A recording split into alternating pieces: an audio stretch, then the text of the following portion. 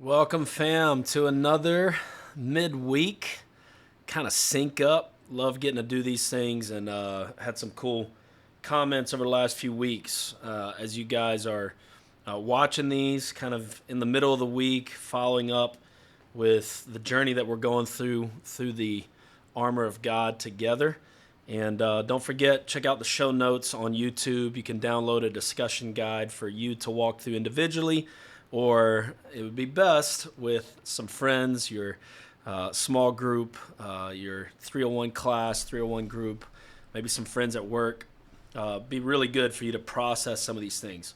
We talked about the shoes of the gospel of peace. We are putting on, we are taking up the whole armor of God. And I love verse 15. And as shoes for your feet, having put on the readiness given by the gospel of peace.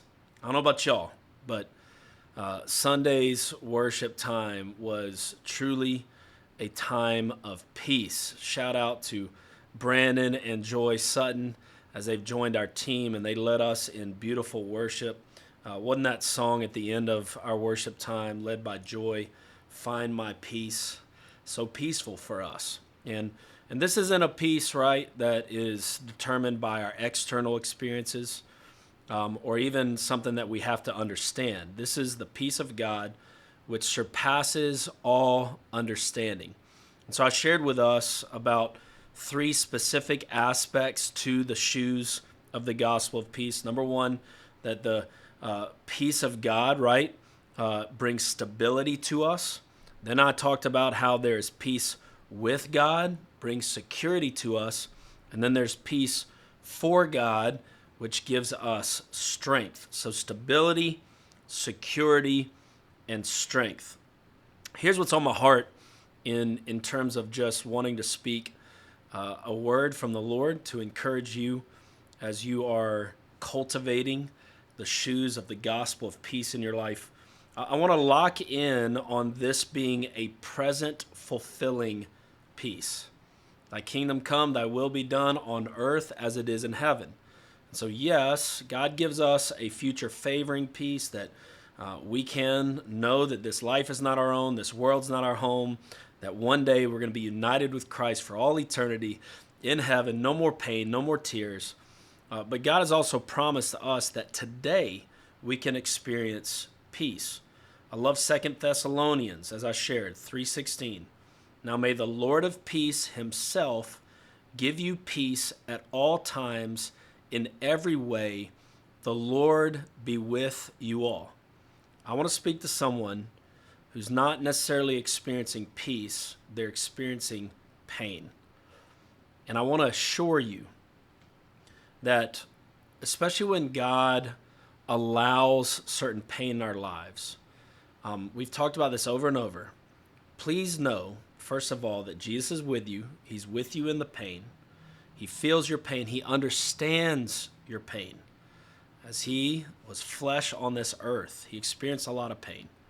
And so let's never forget, true peace is not found in the absence of problems. It's found in the presence of Jesus. But know that that pain has purpose. And in different moments of turmoil, struggle, pain, that hasn't necessarily resulted in a lot of peace. Now looking back and reflecting on those different seasons, I've seen how God used those seasons of pain for a purpose in my life. You guys know we got a new executive pastor, Brian Johnson. He and I played college basketball together 40 pounds ago. And I'll just be honest, our team was terrible. I had no idea that God was using a season of pain, a season of struggle, a season of fight to develop me to have more grit, more strength, more purpose for the things that I've faced in life, the different challenges I've had in ministry, in my own life.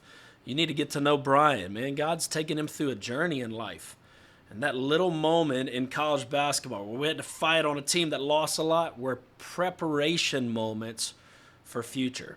And so don't forget, in the middle of your struggle right now, God is with you. He loves you. True peace is found in the presence of God. But also be encouraged that if you are going through a little bit of a struggle right now, there might be a purpose for it. And I believe one of the purposes, it's probably the main purpose, is that God is equipping you to share the gospel of peace with someone else who's going through the same pain that you used to go through. And you can be a witness of the presence of God that was in your life and the purposes that God carried out through that season of pain. Hey, I love you, church. Fall Festival this Sunday is going to be so awesome. Invite all your friends, all your family, all your neighbors. Let's pack it out and let's unite together. I'm preaching on the shield of faith, my favorite piece of armor. It's going to be an awesome time. Love you.